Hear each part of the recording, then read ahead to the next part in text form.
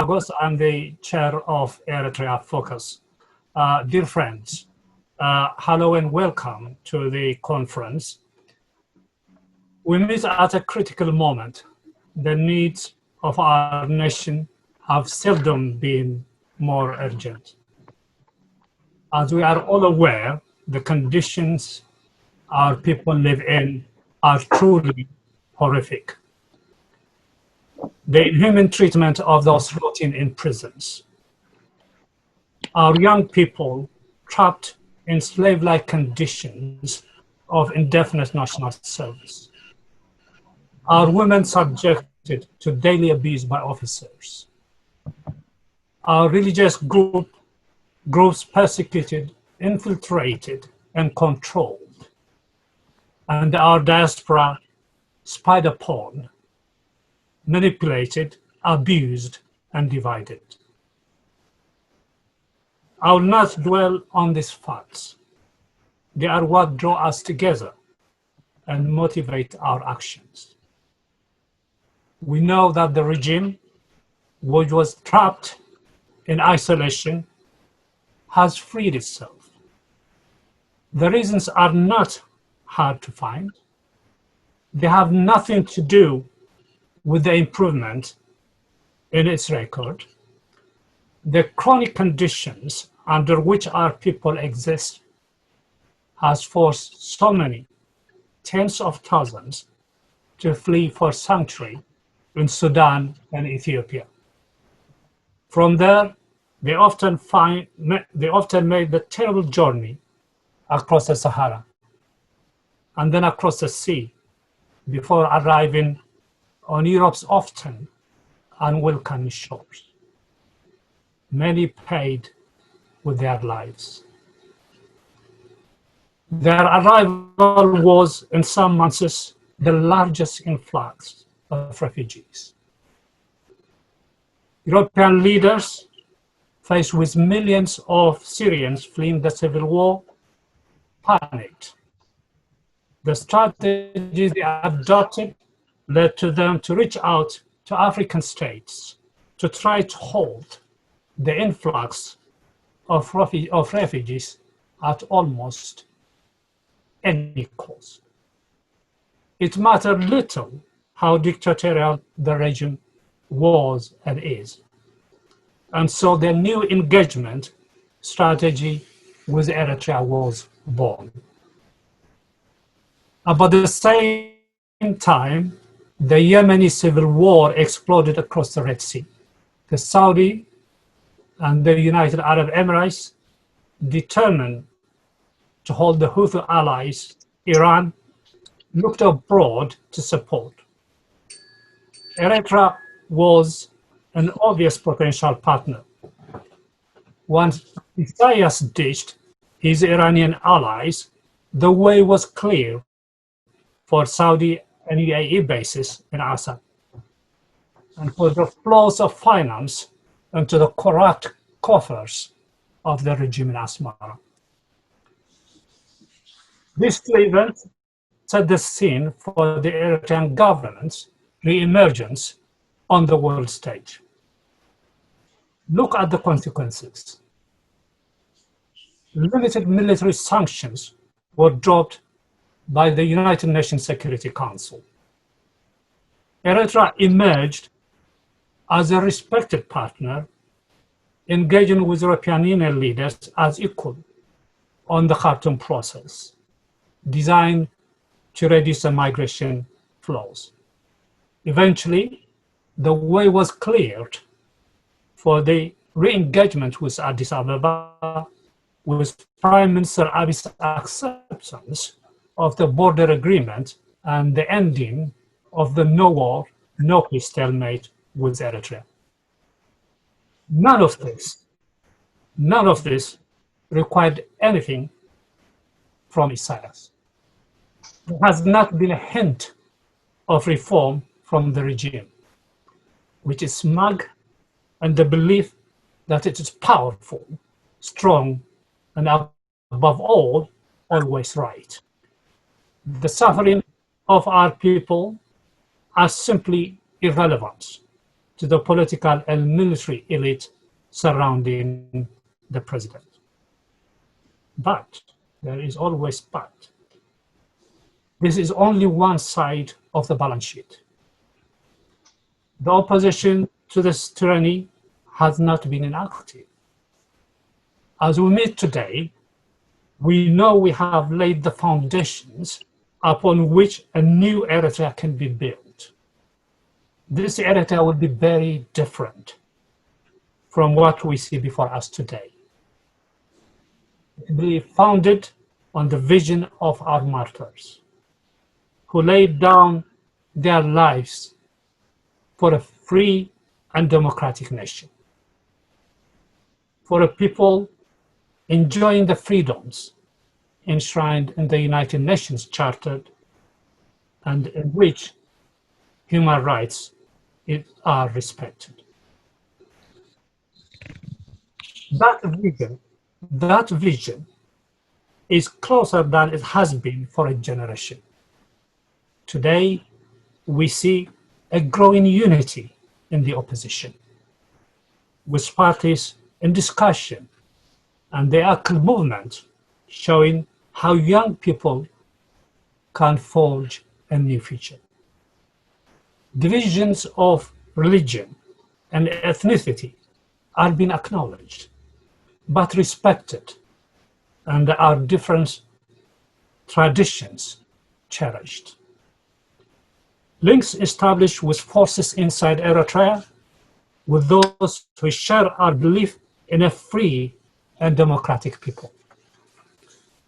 New ties with friends and allies in the United States, Canada, Israel, Germany, the Netherlands, Belgium, and the Scandinavian countries who are keen to assist in this fight for justice for our.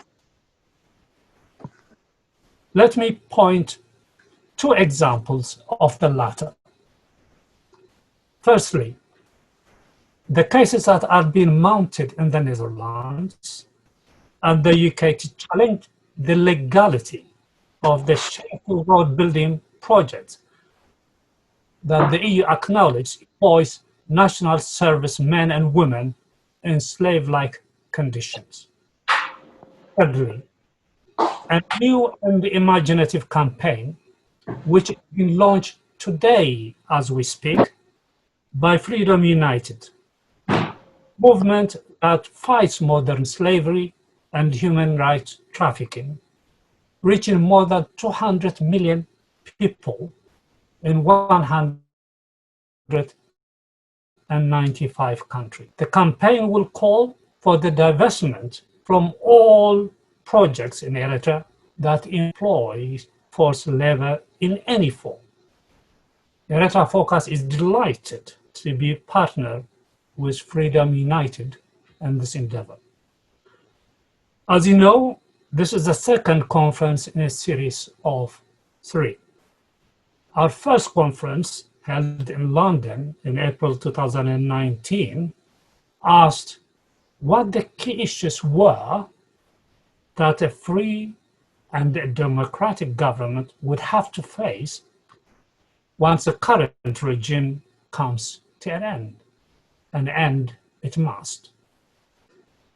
This conference begins to lay out an answer,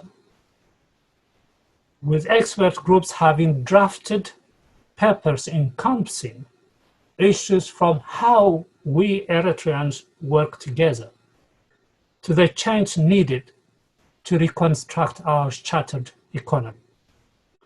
I'll stress that these papers are, at this stage, draft work in progress and the property of the authors. Eritrea Focus thanks them for the hard work and welcomes their contribution. Further work on these papers will take place in the weeks ahead of us. We'll have lectures and workshops when the papers will be discussed, criticized, and debated. We call on everyone to engage in a frank and open debate in a friendly and collaborative atmosphere. Once this week is over, the many points that have been raised will be taken away and considered. More work will take place before the third conference, hopefully not a virtual one, towards the end of the year, early next, when the final blueprint will be presented, discussed, and made available to the Eritrean people. In the meantime, we will continue to lobby and find ways of fighting the Eritrean regime, and fight we must.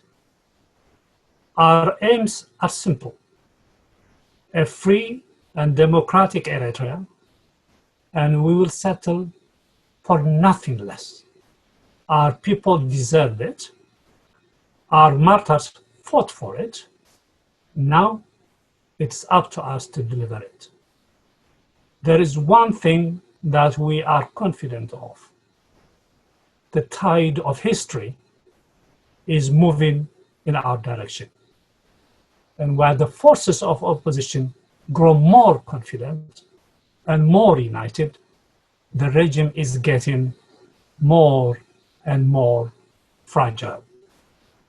Finally, my friends, and as Dr. Martin Luther King put it so clearly, the arc of the moral universe is long, but it bends towards justice. I trust you will find the conference engaging and productive, and I now hand over the floor to Michael Gabriel-Hewett, who will be chairing the session. Thank you for listening to me.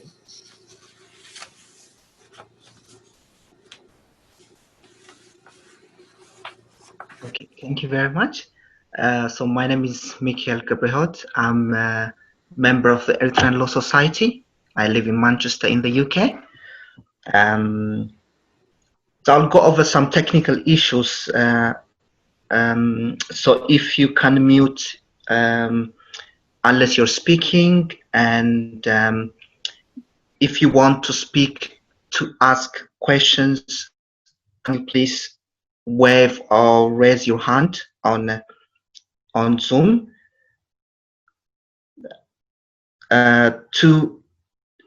So the aim of the virtual conference is to produce a guide that a new government can use once a democratic Eritrea emerges. This conference is to consider papers prepared by expert groups to find gaps and errors and what steps need to be taken to remedy them. And this session on rule of law and administration of justice will debate important questions, including how can the rule of law can be re-established and the necessary institutions put in place?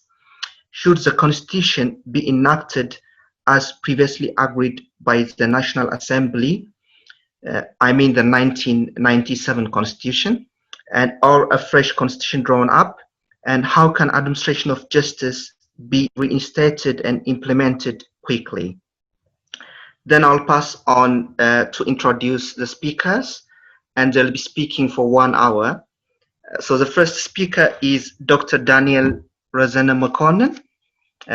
So as most of you know, he's the director of the Eritrean Law Society. He's also a fellow of African Studies Center at Leiden University in the Netherlands. And he was a judge at the Central Provincial Court in Eritrea. At the moment, he's an independent consultant specializing in international human rights, international refugee law, and global matters of peace and security. And the second speaker is Mr. Habtab Yamane. So Mr. Habtab Yamane served the Eritrean judiciary from 2001 to 2016. He was a former judge of the last Court of Appeal in Eritrea. He was also a presiding judge on a criminal bench of High Court in Asmara. He was also a lecturer of law at the School of Law in Eritrea, where I studied. So he was my professor for 2 penal law courses. So he taught penal code, criminal procedure, and trial practices at the School of Law in Asmara, Eritrea. Then now I will hand the floor to Dr. Daniel and Mr. Habtab. Thank you. Thank you, Michael, for the kind introduction, and hello everyone for coming to our session this afternoon. Do you hear me?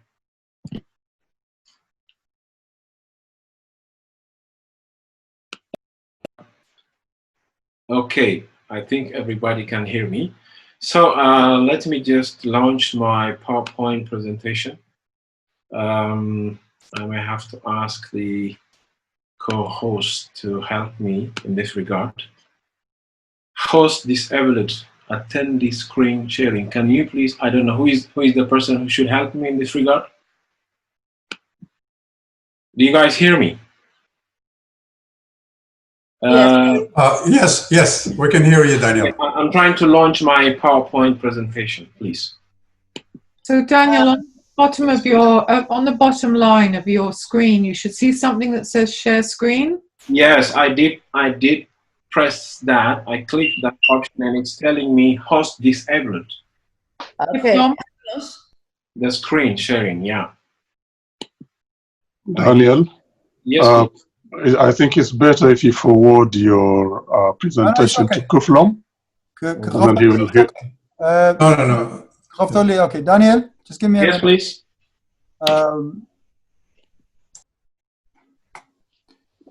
Yeah, Daniel. In the meantime, I'll try to send it through the chat to Kuflom, please, yeah? Oh, Kuflom just left at the moment. Oh, you can come back again. Okay. In the interest of time, let me just start from what I have in my on my table. So once again, thank you everyone for coming. You ready? Yeah. Okay. Hold on. All right. Let me then try and launch it again. Yeah.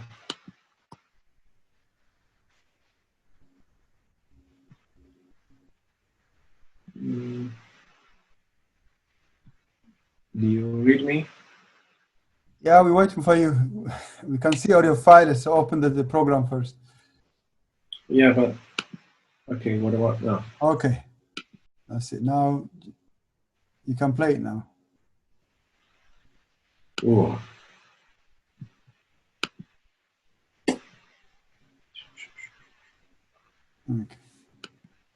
Okay.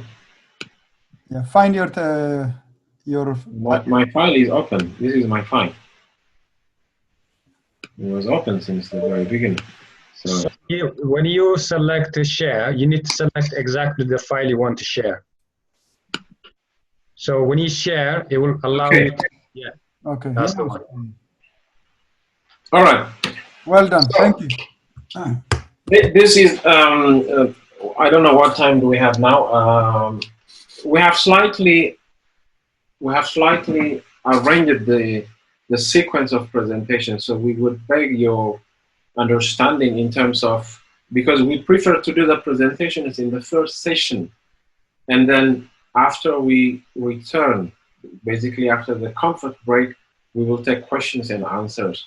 So what will happen is I will take the first 30 minutes from my side, and Habtab, my friend and colleague Habtab, will also take the second 30 minutes, and then we break for the comfort session, for the coffee break, and then we come back for questions and answers.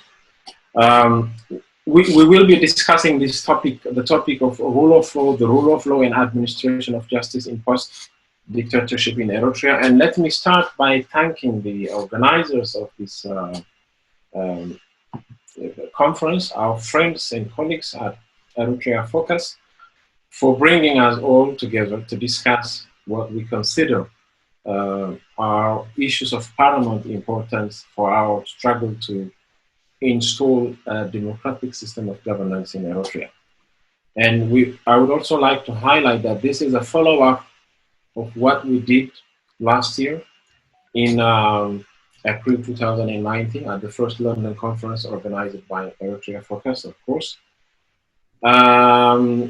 We discussed some initial thoughts, and we developed that into a sort of a briefing paper, which hopefully will be distributed at some stage by Eritrea Focus, and we leave the details of how this should be done to Eritrea Focus. And then today we will be discussing some major issues of national concern as related to the theme of the reinstatement of rule of law in the forthcoming transitional period of Eritrea, which is after the defeat of the incumbent dictatorial regime, that of the PFPG regime. So how do we reinstate the rule of law, and how do we reinstate a functioning administration of justice in Eritrea? That's the essential theme of our presentation. So what will happen in my presentation is I will present the main points of our discussion, and my friend and colleague Haptab will expand on one specific aspect of our briefing, in particular the aspect of judicial sector reform, which is very important for us, for the Eritrean Law Society, because we are the professional association of Eritrean lawyers and jurists. And from all other components of this presentation, the aspect that is very much closer to our mandate and activities is that which is related to the judicial sector reform. But before that, let me explain the brief sequence of our presentation. First, we need to refine a common understanding about the very concept of rule of law. How do we understand this concept? And then I will discuss the preconditions that need to be put in place before we can think about the re-establishment of rule of law in Eritrea. And then this includes the issue of accountability for gross human rights violations, what we call the task of security sector reform, security sector governance, and judicial sector reform. Of course, the latter one is the aspect that will be expanded by Haftar. And then at the preparatory level now, what do we need to do? There are some key assignments and tasks that need to be done now before we start talking about how to topple the regime. And of course, these issues are related. The most important element of this task is consensus building. On a number of issues, we need to build consensus, and these are only a few examples on which Eritrean democratic political forces need to iron out their differences and to somehow reach at a common ground in terms of their viewpoints on constitutionalism, on land issue, on the language issue, on the issue of minority rights, and the mode of governance that should be implemented in Eritrea in the post-independent, post-dictatorship era. Whether Eritrea should adopt a system of governance, a unitary system of governance, or a federal system of governance. All of these examples are some of the core issues on which we need to build consensus starting from now. And then finally, we will conclude by summarizing the most important aspects of this presentation, and of course, by proposing a forward-looking suggestion for improvement. So, how do we, what's our understanding, what is our common understanding of the very concept of the rule of law? For our purpose, we adopt the following working definition, which we take from the report of the United Nations Secretary General on the rule of law and transitional justice in conflict and post-conflict societies, a report from 2004. And I think it's important to read the following paragraph, which should give us a sense of understanding of the basic concept of the rule of law. We understand the rule of law as a principle of governance in which all institutions and entities, public or private, including the state itself, are accountable, and that accountable to laws that are publicly promulgated equally enforced and independently adjudicated, and which are consistent with international human rights law and standards. This is the definition we adopt, and it includes measures to ensure adherence to the principles of supremacy of the law, equality before the law, accountability to the law, separation of powers, participation in decision-making, legal certainty, avoidance of arbitrariness, and procedural and legal transparency. All of these elements together make the very concept and definition of the rule of law. So in short, we understand the rule of law as a bulwark against capricious arbitrary government. And we need to emphasize here, in Eritrea, there is abundant reference in the national laws of Eritrea to the concept of rule of law. We can go as back as 1991, where the then provisional government of Eritrea, the EPLF, the Eritrean People's Liberation Front, proclaimed several basic laws, most of all the so-called transitional codes of Eritrea, which were inherited from Ethiopia with some amendments, in some cases superficial, minor amendments, in other cases substantive amendments. And all of these laws are still the laws of the land in Eritrea. And we can mention, in addition to these, hundreds of proclamations, regulations, and legal notices that were proclaimed throughout the years. The problem has not been lack of laws that provide for the principle of the rule of law, or in other words, for respect for the rule of law. The problem has been that of lack of political will or willingness on the part of the political leaders to abide by the laws they themselves have proclaimed. So this needs to be taken seriously, which is because it's a recurring message in our presentation, as we will also see later in relation to the controversies of the debate about the implementation of the 1997 Constitution of Eritrea. So in order to have the rule of law reinstated in Eritrea, it is obvious that we have to defeat the dictatorship. The dictatorship of PFDJ has to be defeated before we can start thinking seriously about the practical steps of re-establishing the rule of law. And this can only be done by or through a united democratic front of all diaspora-based opposition groups, with a potential support, of course, with democratic elements within the country. And we consider in this regard the newly developing global EATL movement as one of the major role players in giving effect to the anticipated defeat of the dictatorship in Eritrea. Of course, this can only be done with the support of traditional opposition groups, grassroots movements, civil society organizations, different initiatives of various sorts that has been already in existence before the advent of the global EATL movement. But we see the global EATL movement as an initiative which has the potential to play a catalyst role in terms of facilitating the defeat of the dictatorship of the PFDJ. So if we take a very optimistic approach about the forthcoming transitional period of transitional political period in Eritrea, what we can think is about a smooth political period, a smooth political transition, which can be steered by a government of national unity. If we work hard in this regard, it can be attained. But we make this observation with due caution that there are also risks. There are also risks of instability. There are risks of unexpected surprises, because transitions are by their nature like that.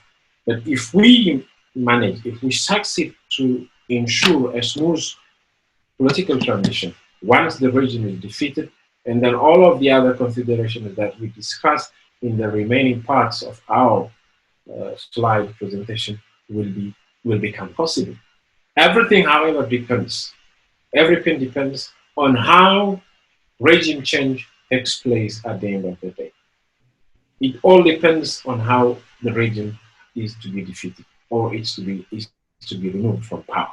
And later on in slide 12, we will see what we call some exercise of scenario tracking examples. You know, we have identified a couple of options, about 5 to 6 options, in which context we expect the regime in Eritrea to be defeated. And those scenario tracking examples are very important in understanding what kind of options we will have to adopt in the actual moment of transition.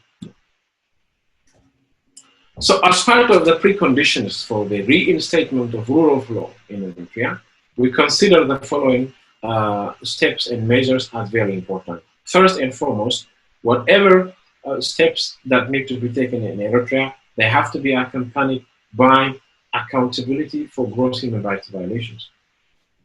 So in this context, accountability for gross human rights violations must also be mean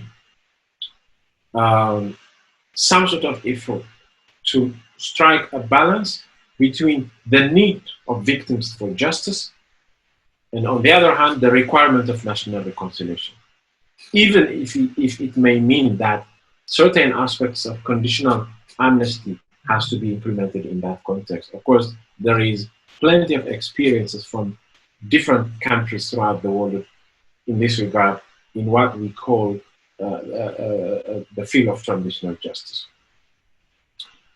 Meanwhile, however, there are also other measures of accountability that can be taken by pro-democracy Eritrean elements in the diaspora. Of course, currently we know there are some court cases which are happening as we speak now. Hapte was mentioning some of these examples. Probably the most recent examples are the UK experience and the experience of the Netherlands, in which some Eritrean activists together with Friends of Eritrea have launched legal case challenging some aspects of the human rights violations taking place in Eritrea. So these kind of measures are very helpful in terms of what we want to achieve in Eritrea on a long-term basis for accountability purposes, which is a core aspect of the long-term project of reinstating the rule of law in Eritrea. Now, once the actual moment of transition unfolds, there are also measures that need to be taken at that specific moment. First and foremost, there is what we call the security sector reform, the SSR agenda. It involves essentially cleaning key state institutions from elements that are in one or another way associated with the perpetration of human rights violations in Eritrea. And the number one suspect in this regard is the national security apparatus, or the so-called National Security Agency, the military establishment, the police, and to some degree also institutions of local government in the country. They need to be cleansed, they need to be vetted. There has to be a very comprehensive, systematic plan of security sector reform, from which another additional component of security sector governance can also be implemented. The second element is related to democratization of these institutions.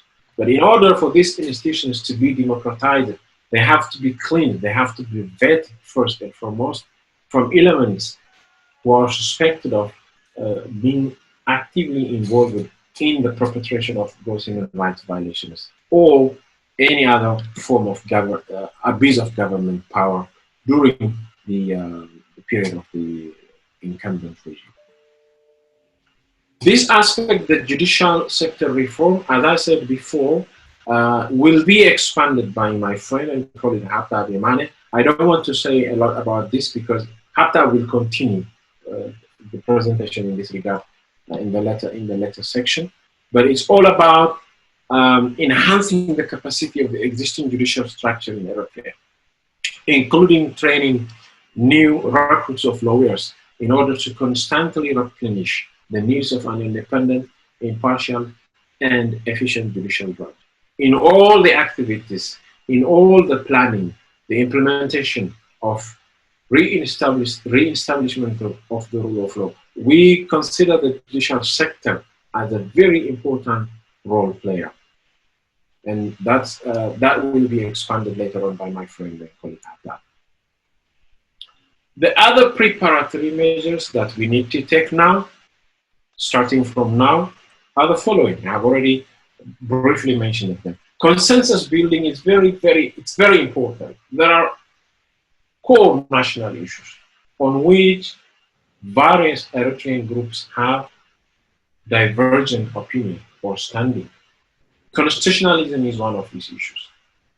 There is a big segment of the Eritrean society which considers the 1997 Eritrean constitution as a legitimate pact that should be implemented immediately. There is also a relatively another large segment of the Eritrean society which does not accept the 1997 Eritrean constitution as a legitimate pact. All of these concerners have their own legitimate explanations. We cannot simply ignore one and accept the other.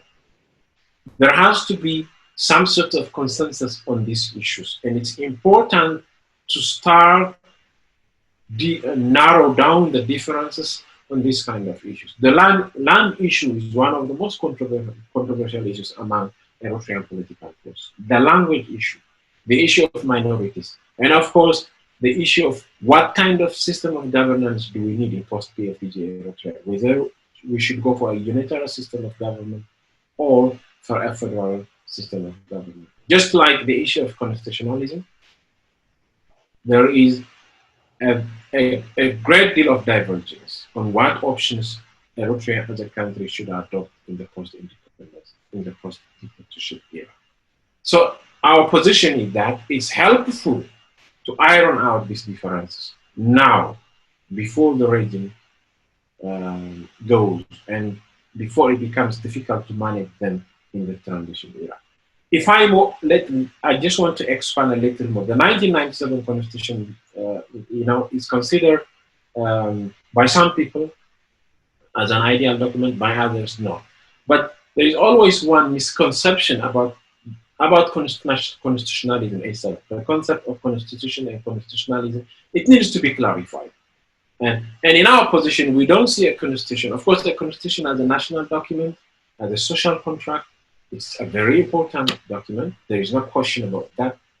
But please do not consider a constitution as a panacea for all political problems of Eritrea, even for any other country. For that matter, there are many countries in Africa, for example, which have constitutions, which are adopted democratically or non-democratically, it doesn't matter, but they still have a number of political problems. So a constitution is a very important national document. It is the highest expression of the concept of social contract, but it is not a silver bullet. It is not a magical solution for all our problems. And as I said before, Eritrea already has a very rich corpus of national laws, which would be more than enough to set the scene, the transition to democratic order, even without having an operational constitution. So, from pragmatic reasons, however, it may be, for example, a good idea to recommend implementation of the 1997 Constitution as a working document, at least for a maximum of 2 years during the transition period, in which context the document may be improved or replaced by other mutually agreed upon arrangement, because it's always better to start from something than to start from nothing. So this is the kind of position we have at the Eritrean Law Society, but I also would like to make it clear that there are at least a group of Eritrean activists and initiatives which may also have similar position on this. And one of the most important groups in this regard is a group of activists and so-called, or maybe opinion makers, who congregated, I think, in May 2019 or 18 in Nairobi, Kenya, and who came up with a sort of manifesto. Of course, I'm not saying this is the most important document that everyone has to endorse, But at least they have assessed this issue in a solemn way, and they try to come up with some sort of agreeable common ground. And for those of you who have not seen that document, probably maybe it's important to check it. I'm simply referring to the Nairobi Manifesto of 2019, sorry. Other tasks that need to be done in the meantime include, there is a need to avoid duplication of efforts. Many things are happening as we speak now on similar topics by different groups and different initiatives. There are initiatives undertaken by Eritrea, Eritrean National Council for Democratic Change, the newly established Eritrean Intellectuals Initiative, Eritrea Focus, the Senate Group, our own association, Eritrean Law Society, and this and that. Well, it's good that different groups and initiatives are working in their own ways on these national issues of concern. But I think that there is also a need to leverage capacities to bring resources together towards the same end or goal, because it helps at least in using our resources in the most effective way, and also in harmonizing the different activities that we are trying to implement to our own way. So these are also very important considerations in terms of what we need to do now at the preparatory stage. In slide number 6, I mentioned it briefly, what kind of options we adopt in the post-PFDJ era depends on how the region is defeated. And through a research of several years that my colleagues at the Eritrean Law Society and in other research institutes have conducted throughout the years, we can identify at least the following 5 most likely scenarios in which context regime change may happen in Eritrea. One of these scenarios is, of course, military coup. The president may be overthrown by his own military generals, which in our view is very unlikely, less unlikely than the other options. But it is one of the potential options. And a political change that may happen in the context of a military coup does not necessarily guarantee a smooth political transition. We may end up having another dictator anyway. The second option is what we call the negotiated transition, which is also very, very unlikely to happen at this time, at this moment in time. The third option is toppling of the regime by opposing forces from our side, and again, with the changing political situation in Sudan and in Ethiopia, from which some Eritrean political forces were operating for many years, this third option is also very unlikely. Perhaps number 4 would be maybe, in terms of likelihood, this is what may potentially happen in Eritrea anytime. We don't know the exact timing, but popular uprising, as we have seen in Sudan recently, as we have seen in other countries, can also happen anytime in Eritrea. It is actually the most likely scenario to happen than any other options we have discussed before, at least according to our understanding. And in this regard, we see a potential role that can be played by the Global Yaakul movement and other initiatives, Eritrean initiatives, in particular those who already have some sort of connection with democratic elements within the country, within Eritrea. Of course, the details of these kinds of engagements are not always known to all of us, but we cannot also rule them out as possibilities because we know they are happening anyway, regardless of the extent, the intensity or the frequency of the engagement between political forces outside the country and those inside the country. And then one of the the fifth scenario is what we call untraceable possibilities. For example, a freak assassination of the leader can happen anytime.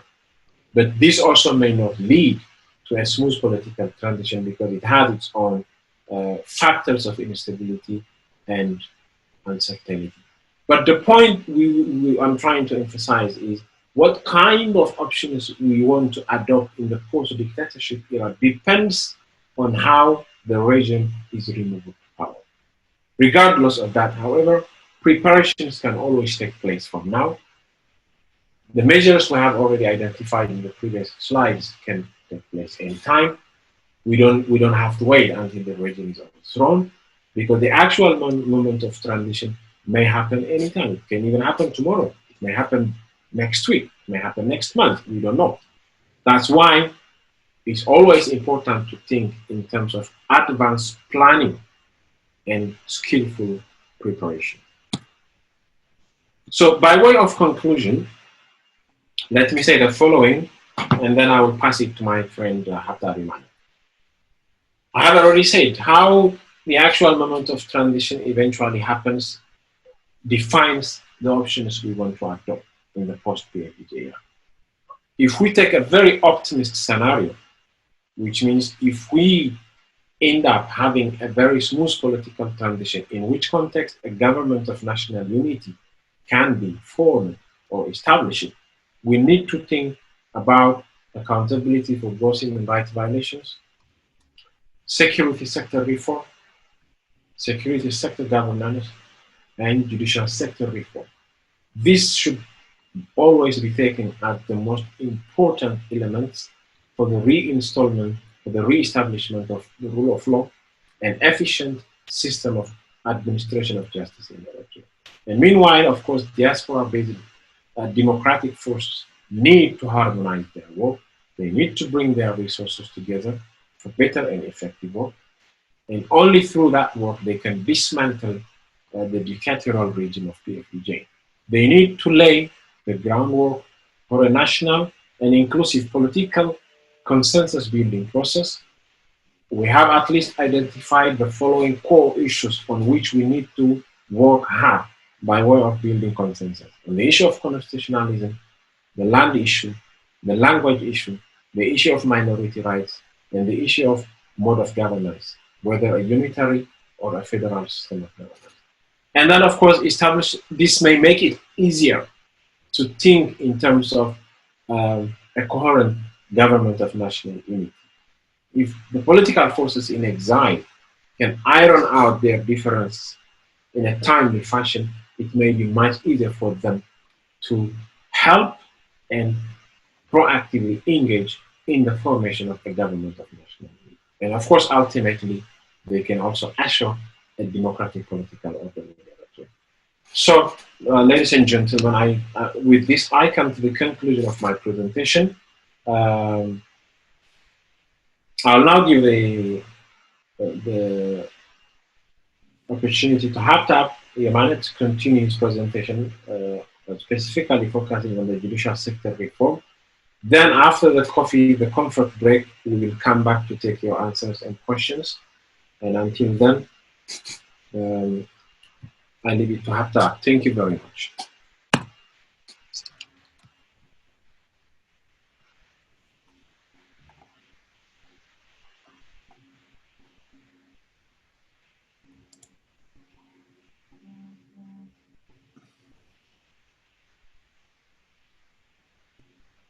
Atv, your microphone is muted. Atv. Yes, please go ahead. Thank you, Daniel. I think we should give him a clap, I think, for Daniel Mokonnen. Thank you very much. Thank you, guys. Thank you. I think everybody can click on the reaction and thumbs up or give him a clap. Thank you, Daniel. Thank you.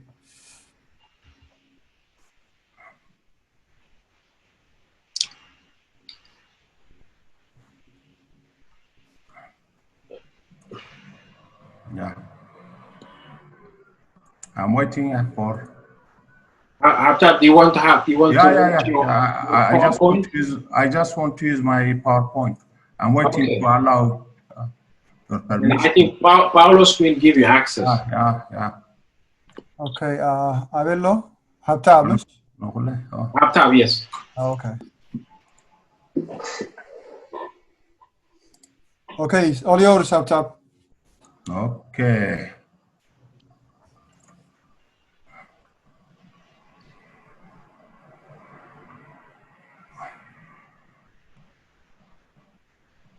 Okay.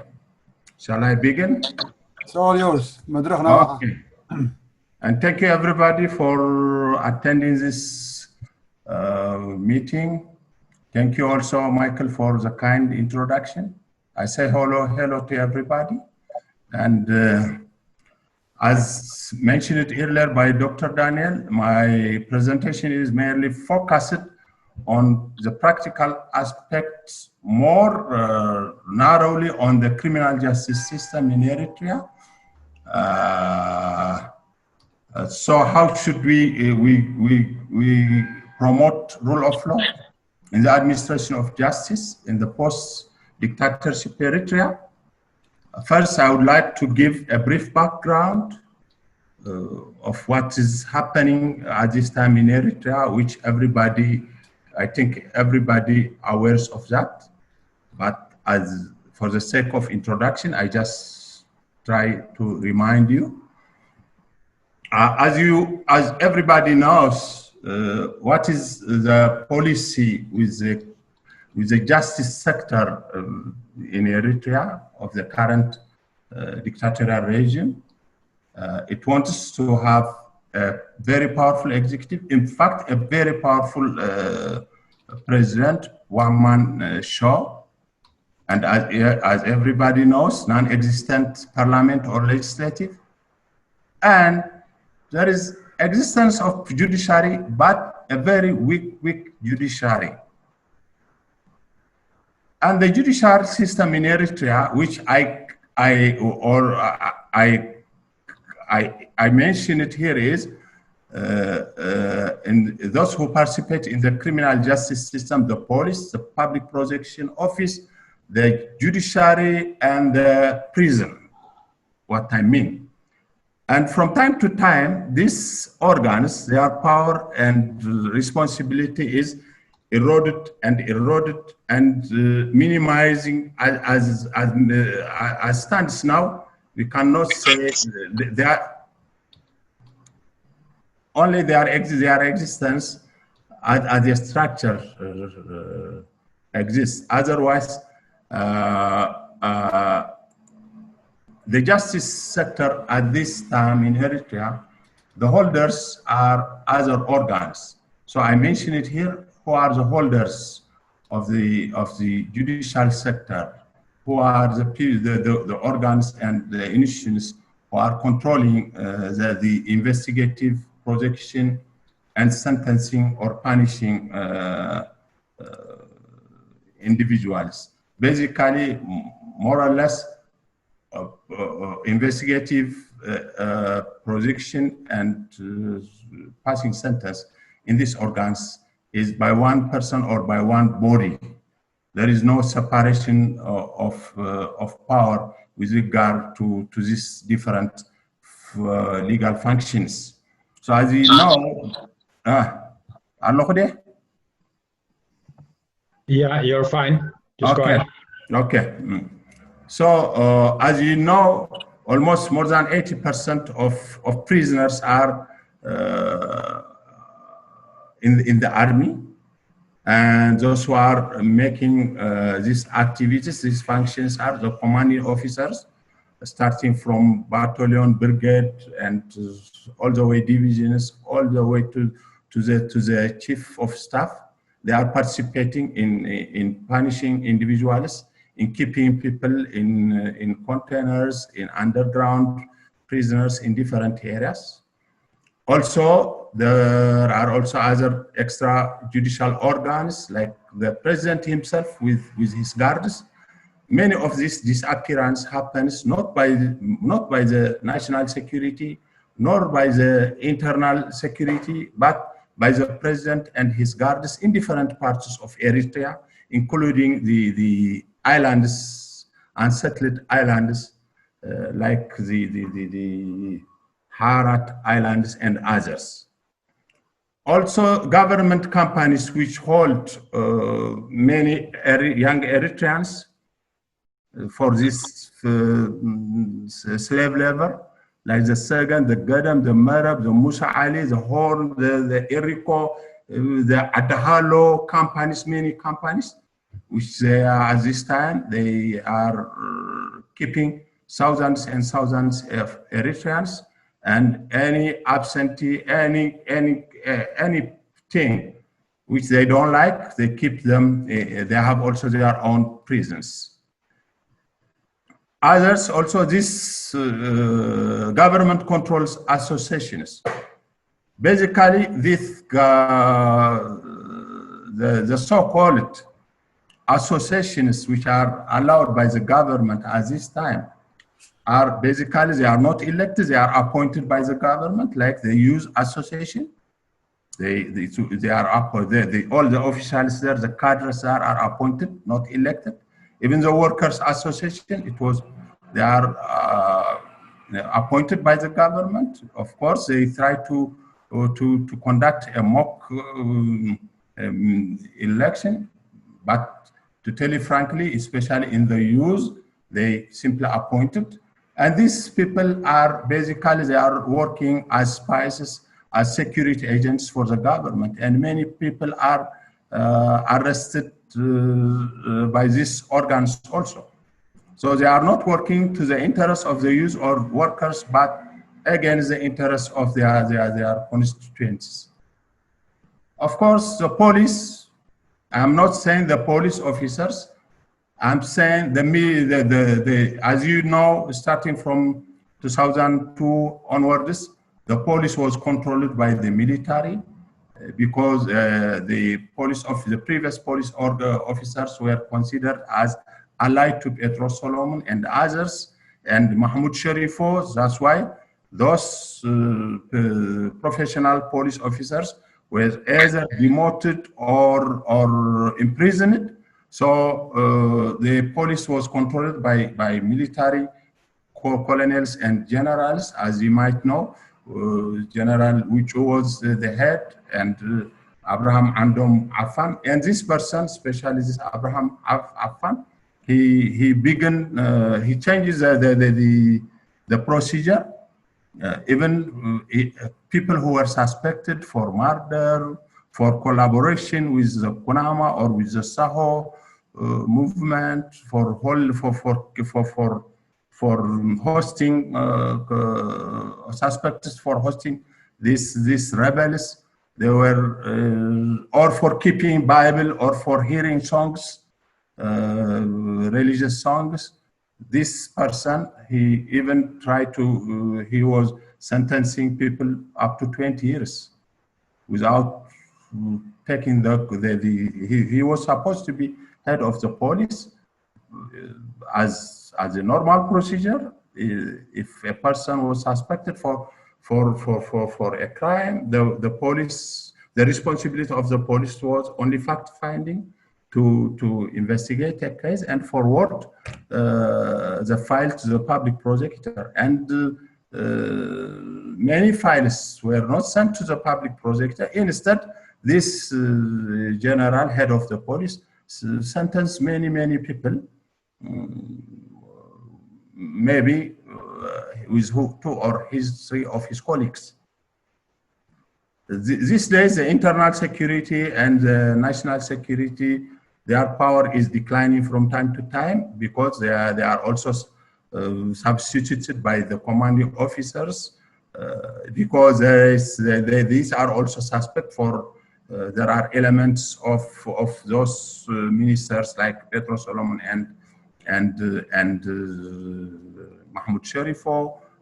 So their power is declining from time to time, but still, they also, these people, though it is minimal, they are also arresting people and keeping them without due process of law. In Eritrea, the administrative organ, starting from the village, all the way to the zonal administration, they are working for the government, and they are an instrument in controlling the population. For example, if a student drop out from the school, immediately the village administration has to work with the local military and in conducting roundups, in depriving people's land right, These are also part of these extrajudicial organs. So in Eritrea, though as I told you, the role of the court is, in fact, I can say also, it is minimizing from time to time. It is going about to non-existent. Of course, as a structure, there is courts, there are judges who are impartial and try to be independent. But as you might know, the government tries to weaken the court.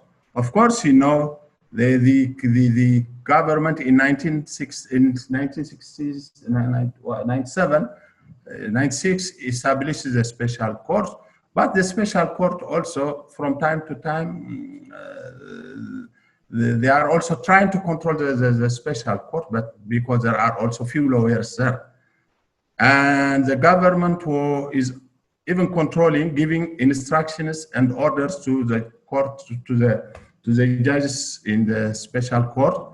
If you see the components in the special court, many of them are, you know, like demobilized from the army, which are also suspected for not being loyal to their commanding officers or to the system. It is like a demotion for many of the judges. Many colonels were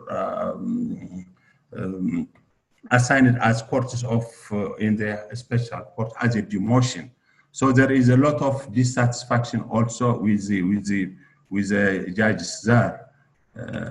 So what shall we do? If, as I told you, the justice sector is not controlled by the legal organs, because the power of the police, the public prosecutor, the courts, from time to time is declining, and this is the real problem. So what shall we do? The first thing that I think is to liberate the justice sector. How can we liberate the justice sector? For example, if you have to uphold separation of power and secure the judicial independence, we have to liberate the judicial system from the control of Ministry of Justice. So a judicial system, the judiciary needs institutional independence as well as personal independence. If the judiciary is to work impartially and independently, if it has to check the power of other power holders effectively, and unwavered and permanent protection against external influence and pressure is needed. Nowadays, the judiciary is under the control of the Minister of Justice. So it has to and the Minister of Justice politically appointed, working for the system. So if the judiciary is to be independent from any interference, the first thing that in the coming years after just in the first measure to be taken during the transition, I think is to liberate the judiciary from the control of Minister of Justice, because judges are transferred and dismissed by the Minister of Justice, and budget is controlled by the Minister of Justice. As you might know, even the Chief Justice Ato Ta'ama was dismissed by telephone call by the Minister of Justice. Of course, she might be ordered from other higher officials, but still, if we even in some neighboring countries, if we want also to have a separation of power as one state organ, the judiciary has to be institutionally independent, and the first measure is to liberate it from the control of the Minister of Justice. So I don't know the role which the Minister of Justice did at this time. Of course, There are roles which the minister did, the office, the experts there in drafting laws. I think this can be done by the Attorney General office. In fact, I can propose abolishing the Minister of Justice because in the middle is a lot of chaos creating at this time. Second things, because as I have told you, if we want the judges to be to be independent and to be to work with impartiality, their tenure, security, salary, and transfer must be secured. At this time, judges are really suffered. Judges, the police are the least paid officers there. And there is no security of their any time with a complaint of any colonel or any general, a judge can be dismissed from his court. And at this time, there is also, their security is not also secured. For example, the police at this time refuses to even allocate police soldiers to the court. So there is a problem. We are working with the prison police because there are times, in fact, in the lower courts, a judge passed, a person was released on bail, and judge passed a sentence against a perpetrator, a suspect, but there is no police to arrest. And the judge, as Alexander Hamilton says, neither control the sword nor the purse. So if you want rule of law to prevail in free Eritrea, the personal independence of judges has also to be secured. Above all, the judiciary must be fully resourced to fulfill its mission. At this time, in many countries, even the judiciary prepares its own budgets and administers its own budget. But as stands now, the budget is only budget to the judiciary is given only to the salary. There is no capital budget given to the salary. So courts are suffering with material, with houses, with buildings. So it needs the judiciary should have to be also liberated from through its budget. In many countries, I said, the judiciary has the wisdom to prepare its budget and administer its budget.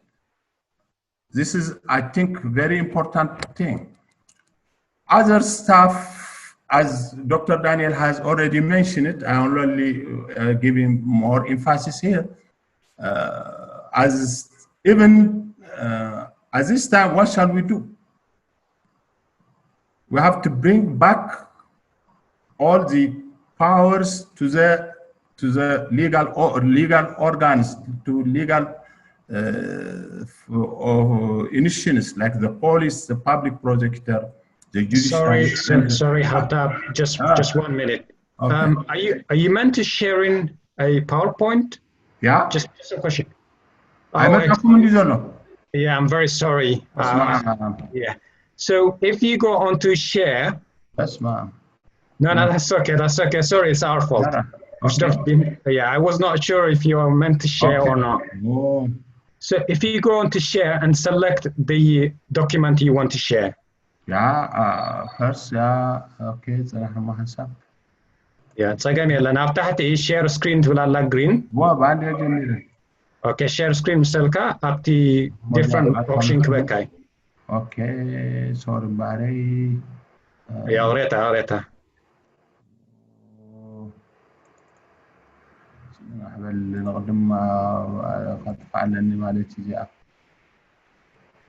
كيف كان مسيل إنكوا أنا PowerPoint ترايز رجله. ده عن كفتاز قتل كفتاز قدف كيات. هراي. إيش كم تسمى رأيني هنقرني. واي قبر كان الله صراحة نخمة المرض اوكي اوكي it's coming now sorry web text نقبر سن هنا وش تقن تطراتيرنا خاخت شير تقبر دي خايكون كان اوكي main screen يعبيتي سكرين ناتك اوكي يا اخي دي عندي كمان هو برافو اوكي يا تماهيري عندي نيره هجي هاي yeah exactly sorry almost near كان يري yeah وما يا حتي توكم نيره عندي اوكي okay go for it now yes I'm sorry anyway, we continue. Okay. So okay, as already mentioned by Dr. Daniel, I don't want to take much time on this. Okay. Oh yeah. So we have to bring it back to the justice system has to be back to its legal position, like from now onwards. If after during the transition, the first thing we have to do is to bring back the power of the police, the public prosecutor, the judiciary, and the prison. Of course, in the judiciary, you might know we had, according to the proclamation number 1, 1991, we have civil and military courts, which still existed, but they are the power of military court is also taken by other military officers. So we have to reinstate the functions of these organs. So in order for the law enforcement officials to fulfill their mission effectively, each part of the criminal justice chain must perform its special legal function effectively.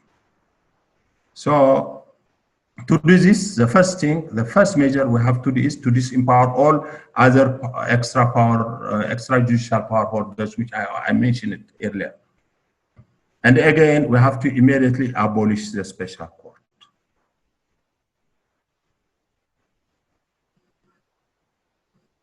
And with regard to security and security sector reform and governance, I think we have to cleanse.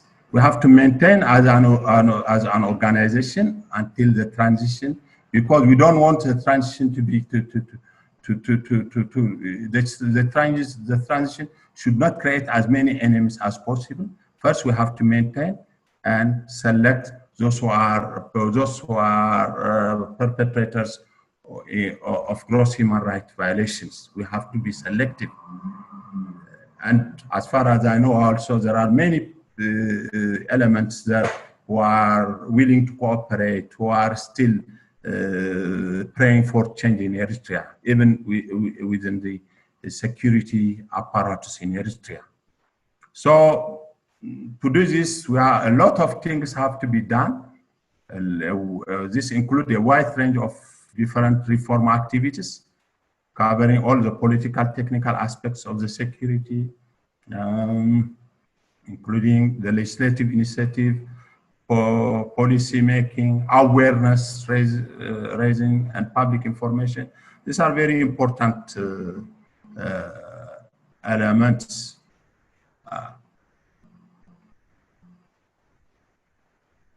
Okay. And immediately after this dictatorial regime is overthrown, I believe there should be immediate release of prisoners who were kept without due process by extrajudicial organs. Except we can make an exception, because from the research I did, this all extrajudicial actors, they are keeping people without due process, and people are suffered more than enough. And I think if you have to make if we are to say we are bringing freedom, all the prisoners should be released immediately. Of course, this was also perpetrators. Accountability also should be narrowed down, as Dr. Daniel says, only to most responsible individuals which are suspected, such as high-ranking army commanders and notorious torturers. Above anything else, we need to work on law reform. So, of course, we have to update the legal framework to respect the principles of good governance and human rights. As you might have the information, in Eritrea, starting from 1997, after the constitution was ratified, in fact, through the initiative of Paulus, he goes to the Minister of Justice, to the lawyers. Immediately after the ratification, a committee, Eritrean Lawyers Committee, was established, and experts were hiring, and Eritreans seniors were working day and night to bring the basic laws like the criminal law, the criminal procedures, civil law, and the civil procedure. Also, in this, after independence, more than 180 proclamations have been promulgated. We have to review these basic laws. Besides that, if you want to make the transition short, as proposed by the Nairobi group, which I was part of that, we need constitutional organs which are prescribed in the constitution. Without these constitutional organs, a government, a popular government or democracy cannot be built. And you see the terms there. I don't want to read this all. Again, the most important thing which in Eritrea, which we don't have, is there are no laws to regulate the police, the prisons, the security, and the defense force. So the duty is so huge. So if we are going to uphold rule of law and prosecute perpetrators, above all, capacity building has to be given also priority. So to enhance the capacity of the existing judicial officers, public prosecutors, prison officers, we need to provide tailor-made courses focusing especially on international human rights law, including how to address large-scale prosecution regarding violations committed during the reign of dictatorship. Also, train the police officer with modified curriculum. I'm very sad to tell you this, with the help of the Dutch government, a college was built with all its facility, but the president says a police should not take more than 3 months training. Though there were colonialists and experts, professionals came from Ethiopia who gave training in Abadina Police College, in the Sandafa Police College, but they cannot work. So we prepared together a curriculum for diploma and degree. The president says a police should not take a training more than 3 months. So the police is really ill-equipped with human resource. Again, in the transition, we need to allocate the lawyers. The lawyers at this time are dispersed everywhere. Many of them are in the military as national service soldiers, many of them in the special court. So we need to allocate the lawyers, and we have to appoint to assign newly graduate lawyers. Of course, thanks God, we have the law school still. This will help us to contribute. And train new recruits also of lawyers in order to constantly republish the needs of independent, impartial, and efficient system. So my recommendation to do all this work, that the job is so huge. For example, if we want to make the transition so short, we need a transitional law reform commission. I think, as I have mentioned, that the job is so huge, and law process making is a long process.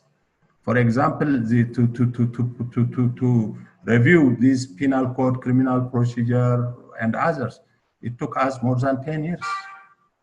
Still, I cannot say they are fully satisfying the needs of the people. And we have to review more than 180. We have to prepare new laws.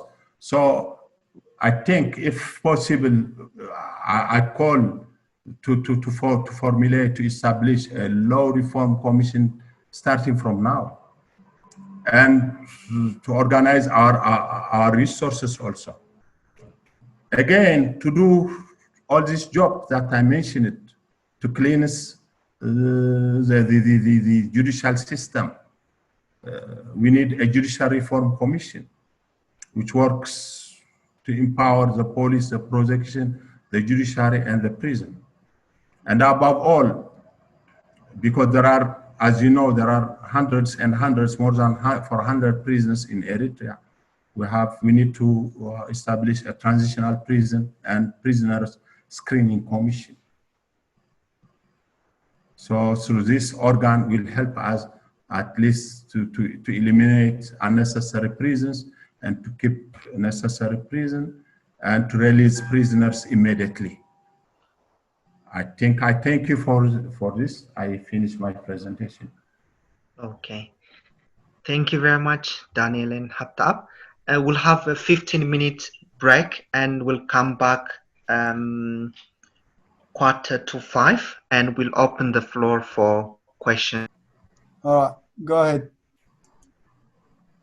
We'll open the floor for questions, discussions, and exchange. So if you want to speak, you can either raise your hand or you can send me a text on the chat.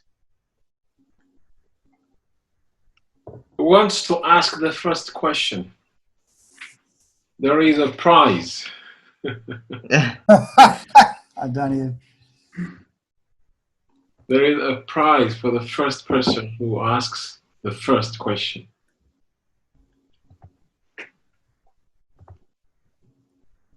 Or comment, or even comment, not necessarily a question. I can ask question. Okay, Flo, go on. Yeah, just give me 1 second.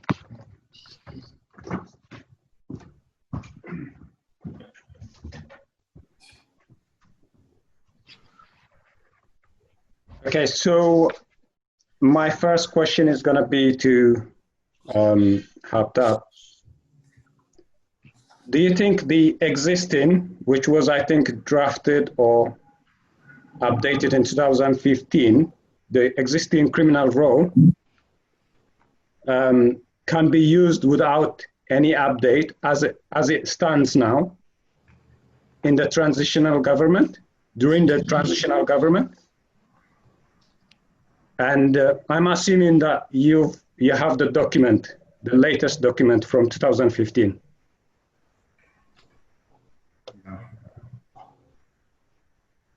Yeah. Yeah. Hello. Yeah. Okay. Thank you, Kuflom, for raising this issue. I need to give you a brief background. This document is prepared first after, as I told you, immediately after the ratification of the Constitution. An expert committee was established. Many of them lawyers. It was headed by Ato Ta'ame Beyene and Shambal Mikael Gabronugus. Many lawyers from the public prosecutor, from the judiciary, as well as almost all advocates participated on daily basis. And in fact, this document was submitted as a final draft in 2002. All this for the penal law, the criminal procedure, civil code, and civil procedure. Because of the delay, the next generation also involved.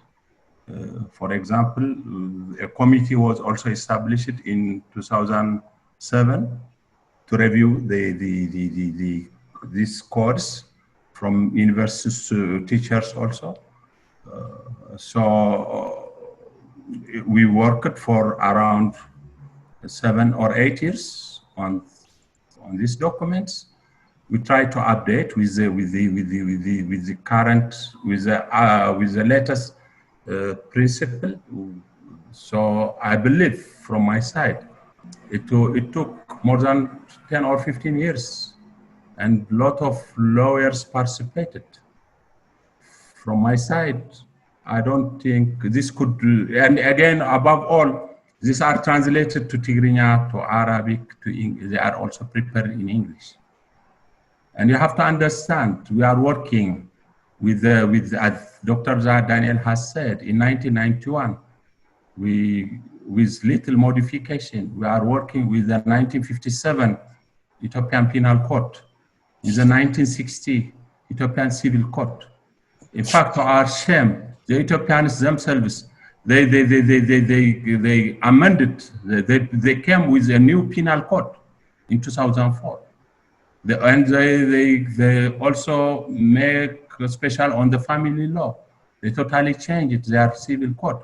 But still, we are maintaining the 1957 codes.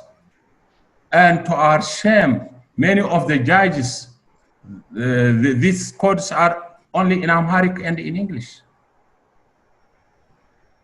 And many of the judges who work with me, who trained in Syria, in Iraq, in Libya, they didn't even know Tigray, Amharic, and English. So, as stands now, because above all, we tried to update them with the principles of law which we learned, and we tried to make a good intervention to correct the current violations of human rights, especially in criminal procedure. There are a lot of control mechanisms with regard to the principle of justice, with regard to the speedy investigation, projection, and trial. There are a lot of controlling mechanisms which the transitional criminal procedure and penal code didn't have. So from my side, I think a lot of efforts has been dedicated to make these laws into effect. So I believe they are qualified to serve as traditional codes in the coming in free Eritrea for me. Okay. I hope I. Can I add a few points in addition to what has been said by Hapta, Michael? Yes, go on. Yeah. So the question was basically whether those laws are valid, and not only valid, whether they can be also used in a future transitional context, whether they are sufficient in their present form. I personally believe they are sufficient, but it doesn't mean that they don't also require some sort of updating or reform. They need to be. They may need to be reformed, of course, basically, because law, by its nature, is not a static form of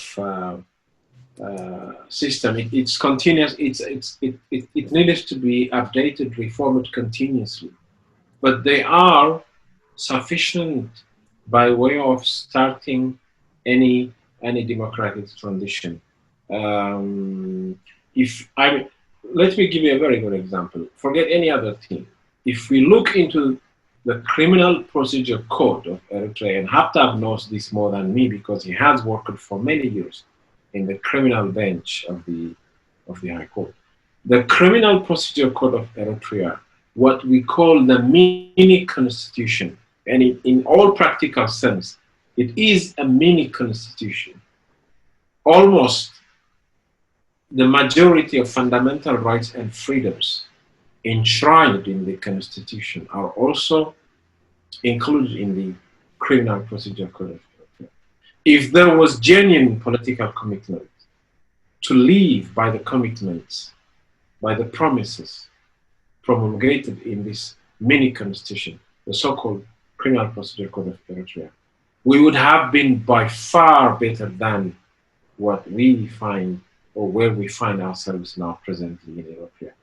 So just to sum up my comments, they are more than enough as a starting point, but it doesn't mean they are complete documents that do not require any sort of revising or reforming. But we can still use them as a departure point. I just wanted to add up this in addition to what has been said by Haftar. Thank you. Thank you.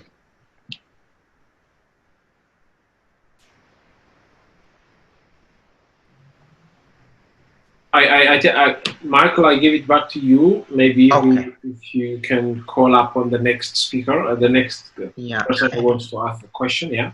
Okay, thank you. Any question, comment, or suggestion? There are already people who have raised their hand. Okay. Yeah. Haftar, yeah. Mr. Haftar, please.